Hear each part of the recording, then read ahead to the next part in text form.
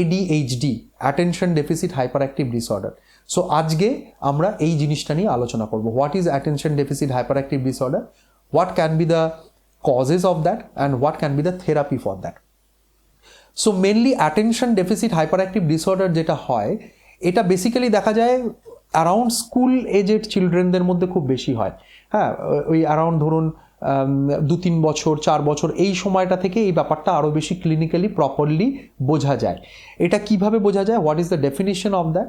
So the definition is that, নামের মধ্যেই বোঝা যাচ্ছে attention deficit hyper activity disorder.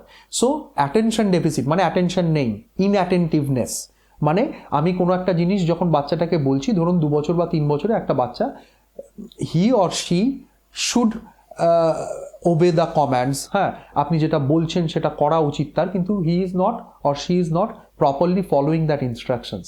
হ্যাঁ, he is in such in a own world. হ্যাঁ, ও কারোর কথা শুনছে না, ইনঅ্যাটেন্টিভনেস। নেক্সট হচ্ছে যেটা খুব ইম্পর্টেন্ট, আরেকটা যেটা কম্পোনেন্ট অ্যাটেনশন ডেফিসিটে, হাইপার অ্যাক্টিভিটি অর ইম্পালসিভিটি। মানে খুব বেশি অ্যাক্টিভ, মানে বাচ্চার নর্মালি যেরকম থাকা উচিত, ধরুন আপনারা বাচ্চাকে নিয়ে 2-3 বছরের একটি বাচ্চাকে নিয়ে কোনো আত্মীয়র বাড়িতে গেলেন, হ্যাঁ, এত বেশি অ্যাক্টিভ যে এই জিনিসটা নিচ্ছে, এই জিনিসটা ভেঙে ফেলছে, এই জিনিসটা লাফালাফি করছে, এখান থেকে ওখানে চলে যাচ্ছে, ওখান থেকে এখানে বসছে। So this kind of thing can make a little bit harassment for the parents as well as for the family members also. So এইরকম প্রবলেম বেসিক্যালি যে সমস্যাটাতে হয় সেটাকে আমরা বলি attention deficit hyper active disorder. So অ্যাটেনশনটা থাকছে না, along with that hyper activity or impulsivity, খুব বেশি ইম্পালস, খুব বেশি হাইপার অ্যাক্টিভ, নর্মাল যেরকম শান্ত থাকার কথা, যে বয়সে যেটা করার কথা সেটা না করে অনেক বেশি অ্যাক্টিভিটি দেখাচ্ছে।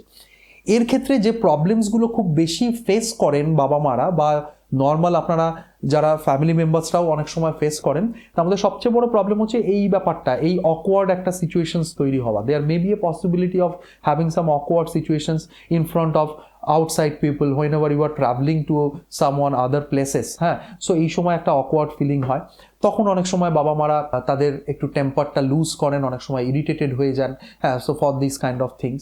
সেকেন্ড যেটা খুব ইম্পর্টেন্ট সেটা হচ্ছে স্কুল পারফরমেন্স, যেটা আমরা খুব দেখি, খুব বেশি এই কমপ্লেনটা আসে বাবা মাদের ক্ষেত্রে, কে ইনিশিয়ালি একটু মোটামুটি ভালো ছিল, after that the school performance is going to be decreased. হ্যাঁ, স্কুল থেকে বারবার the madams, the sirs, they are making complain against him or her, কে ও একদম পড়া শুনছে না, ও চুপচাপ বসছে না একটা জায়গায়, সবসময় নিজের মতো থাকছে, হ্যাঁ, কোনো কথার প্রপারলি অ্যান্সার দিচ্ছে না, কোনো এক্সামিনেশনের সময় what ever he is thinking he is writing in that way, যেটা প্রপারলি লেখার কথা সেটা লিখছে না। সো এই কমপ্লেনটাও খুব বেশি পেরেন্টসদের থেকে আসে। সো অ্যাটেনশন এখন অবধি আমরা যেটা জানলাম, সো এডিএইচডি বা অ্যাটেনশন ডেফিসিট হাইপার অ্যাক্টিভ ডিসঅর্ডারের ডেফিনেশন কি, অ্যান্ড অ্যালং উইথ দ্যাট কী কী প্রবলেম মেনলি আপনারা ফেস করতে পারেন। Now the next topic we will come regarding the causes of that ADHD.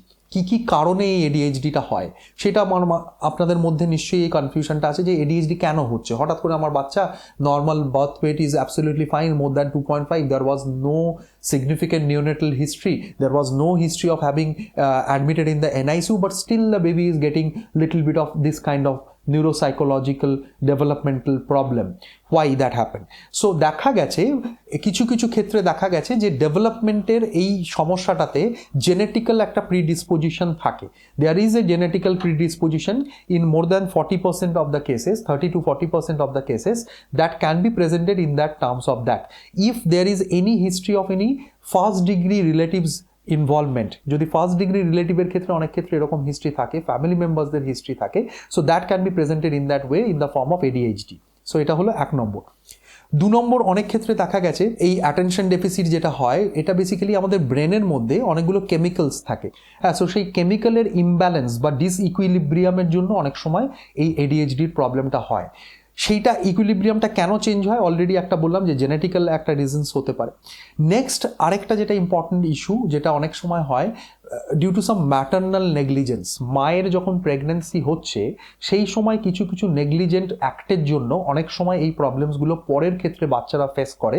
তার মধ্যে যেগুলো খুব ইম্পর্টেন্ট, বিভিন্ন সাবস্টেন্স অ্যাবিউজ, বিভিন্ন নেশার জিনিস নেওয়া, যেমন ধরুন as for example smoking, as for example alcohol consumption, এই জিনিসগুলো যদি যারা থার্ড ওয়ার্ল্ড কান্ট্রিজে বা যারা একটু মেট্রো সিটিজে থাকেন, অনেক সময় পেরেন্টসের ক্ষেত্রে এই ব্যাপারগুলো থাকে during the time of pregnancy, তারা এই ব্যাপারগুলো অনেক সময় খেয়াল করেন না বা ওভারলুক করে যান, এইগুলো কিন্তু that can B presented in that form of that. So এই মোটামুটি কয়েকটা কারণ যেগুলোর জন্য অনেক সময় এডিএইচডি হতে পারে। হ্যাঁ, আরেকটা যেমন অনেক সময় হয় that can be due to some frontal lobe disorder. আমাদের ব্রেনের মধ্যে অনেকগুলো লোবস আছে, যেমন ফ্রন্টাল লোব আছে, প্যারাইটাল লোব আছে, অক্সিপিটাল লোব আছে, তারপরে আপনার সো এই লোবসগুলো প্রত্যেকটার একটা আলাদা আলাদা কাজ আছে। So that have some effect if there is any injury to the frontal lobe of the brain. হ্যাঁ, তো if there is any injury to the occipital lobe of the brain, হ্যাঁ, if there is any injury to the parietal lobe. So এই দেখা গেছে যে frontal lobe ইনজুরিতে অনেক সময় ADHD like features অনেক সময় বাচ্চাদের ডেভেলপ করে। সো এখন অবধি আমরা এগুলো জানলাম। So what is the definition of the ADHD, second হচ্ছে what type of problems mainly you can face in the day to day life, and third thing is that what can be the causes of that ADHD. Now next thing we will move to the treatment. So দেখুন, এর ট্রিটমেন্টের regarding যেটা আছে এডিএইচডিতে, এমনিতে এর একটা criteria থাকে। আমরা ক্রাইটেরিয়া ওয়াইজ এডিএইচডিকে ডিভাইড করি in case of mild, moderate or severe. হ্যাঁ, সো যদি মাইল্ড এবং মডারেট হয়, so that can B treatable with the counselling, with that kind of thing. যদি সিভিয়ারের দিকে যায়, তখন আমাদের অনেক সময় মেডিসিনাল কিছু প্রবলেম, মানে আমাদের মেডিসিনাল কিছু ইনভলভমেন্টে আসতে হয়, এবং along with that therapies also. So severe আমি কখন বলবো? সিভিয়ার আমি তখনই বলবো whenever this kind of thing is going out of your hand, মানে এমন একটা সিচুয়েশনস তৈরি হচ্ছে যে that is basically making a problem to maintain the proper normal lifestyle. হ্যাঁ, যখন আপনি সোসাইটিতে বেরোচ্ছেন, আপনি যেখানে থাকেন সেখানে অনেক রকম বাইরের লোকজন এটা নিয়ে কথা বলছে। হ্যাঁ, you are making, being a parents, being a family members, you are getting harassed in a day-to-day life. হ্যাঁ, সো এই জিনিসগুলো যদি কন্টিনিউয়াস ক্রমাগত হতে থাকে, তখন আমরা সেটাকে সিভিয়ার পর্যায়ে ফেলি, এবং that should be treated properly এবং aggressively.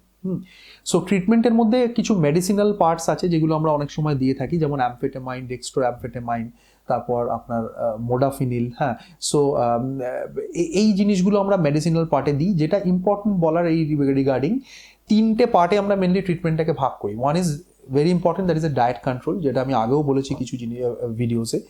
Second one is that medicinal part, and third one is that therapy part. So diet কন্ট্রোলের মধ্যে যেটা দেখা গেছে যে একটু আর্টিফিশিয়াল কালার্স যেগুলো হয়, যেমন ধরুন আপনি কোনো মিষ্টি খাচ্ছেন, হ্যাঁ, মিষ্টি দু রকম হয়, একটা ধরুন রসগোল্লা হয়, আবার ধরুন একটা হয় লেডিকেনি বা কালারফুল কোনো মিষ্টি। এই কালার, যে আর্টিফিশিয়াল কালার্স যে খাবারগুলোতে দেওয়া হয়, that should not be used for the babies. হ্যাঁ, সেকেন্ড হচ্ছে চকলেটস, ক্যাফিন, যেগুলো আমার নিউরো ট্রান্সমিটার, এগুলোকে সিগন্যালগুলোকে আরও স্টিমুলেট করবে, আরও বেশি হাইপার অ্যাক্টিভ করবে, সেই জিনিসগুলোকে অ্যাভয়েড করা। যেমন আরও একটা জিনিস হয়, যেমন ধরুন চাইনিজ ফুড রান্নার সময় একটা ওই আজিনা মটর বলে একটা খাবার দেওয়া হয়। সো এই ইনগ্রেডিয়েন্টসগুলো অ্যাভয়েড করা। This are the basically this can cause the hyperactivity due to the excitation of the neurotransmitter. তো সেই জন্য এই খাবারগুলোকে যদি আমরা অ্যাভয়েড করতে পারি, so that can B A more comfortable for the babies also.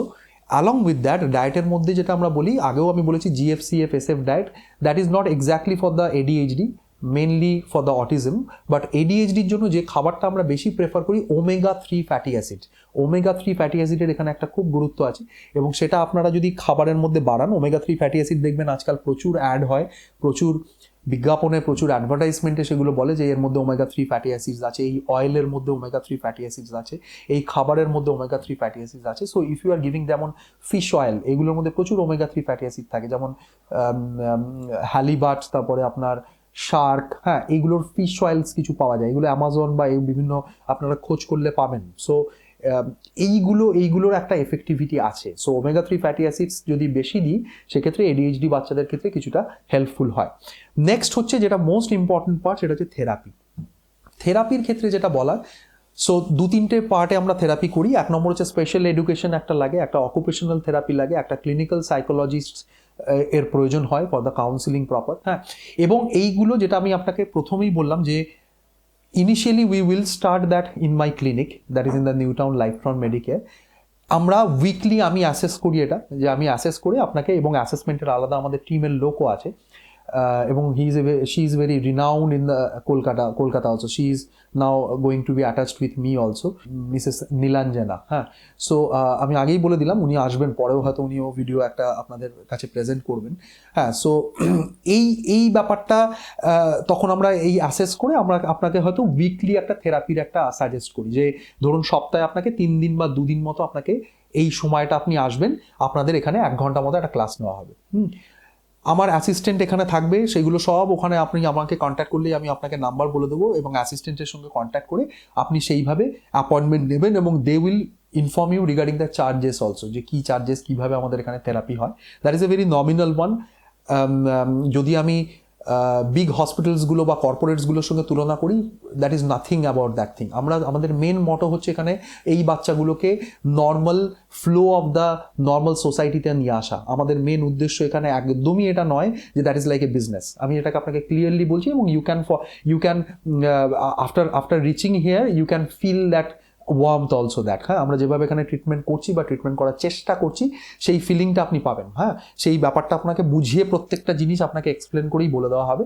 So I think economically is not that can not be a big problem, because খুবই reasonable. হ্যাঁ, এবং সেইভাবে আপনি থেরাপি করাবেন, এবং এখান থেকে আপনার প্রয়োজন হলে বাড়িতে যাবে থেরাপিস্ট। অ্যালং উইথ দ্যাট আপনি বাড়িতে কীভাবে করাবেন তার জন্য কিছু ইনস্ট্রুমেন্টসও আমরা বলে দিই, সেইগুলো আপনি বাড়িতে কিনে বাচ্চার সঙ্গে সেই ট্রিটমেন্টগুলো করাতে থাকবেন। So all over this kind of things we are going with. আমি আজকে একটা বিষয় নিয়ে জাস্ট আলোচনা করলাম একটু ডিটেলে, that is ADHD, attention deficit hyper active disorder, যেটা আজকাল খুব প্রবলেম করছে বাচ্চাদের ক্ষেত্রে এবং প্যারেন্টসের ক্ষেত্রে, as well as for the family members also. School থেকেও প্রচুর প্রবলেমস অনেক সময় বাচ্চারা বা পেরেন্টসরা ফেস করে। সো এই মোটামুটি আজকে ডেভেলপমেন্টাল ক্লিনিক নিয়ে এই কথাটা বলা আমার মনে হয়েছিল যে ইম্পর্টেন্ট। অনেকদিন পর আপনাদের সঙ্গে আবার কথা হচ্ছে, আবার অনেকদিন পর আপনাদের সঙ্গে আবার ইন্টারাকশনস হচ্ছে। সো আই থিঙ্ক আপনাদের সাপোর্ট, আপনাদের ব্লেসিংস, এগুলো থাকলে আমরা এই জায়গাটাকে অনেক বড় জায়গায় নিয়ে যেতে পারবো। So thanks for watching. আমার নেক্সট ভিডিওসগুলোতে আপনারা আরও দেখতে থাকুন, আরও কিছু informations, not only for the development but also from the part of the neonates, from the part of the paediatrics also আমি ইনফরমেশনস দিতেই থাকবো। I think that will be helpful for you for the day to day life, for making your babies more healthy. Okay, thank you so much.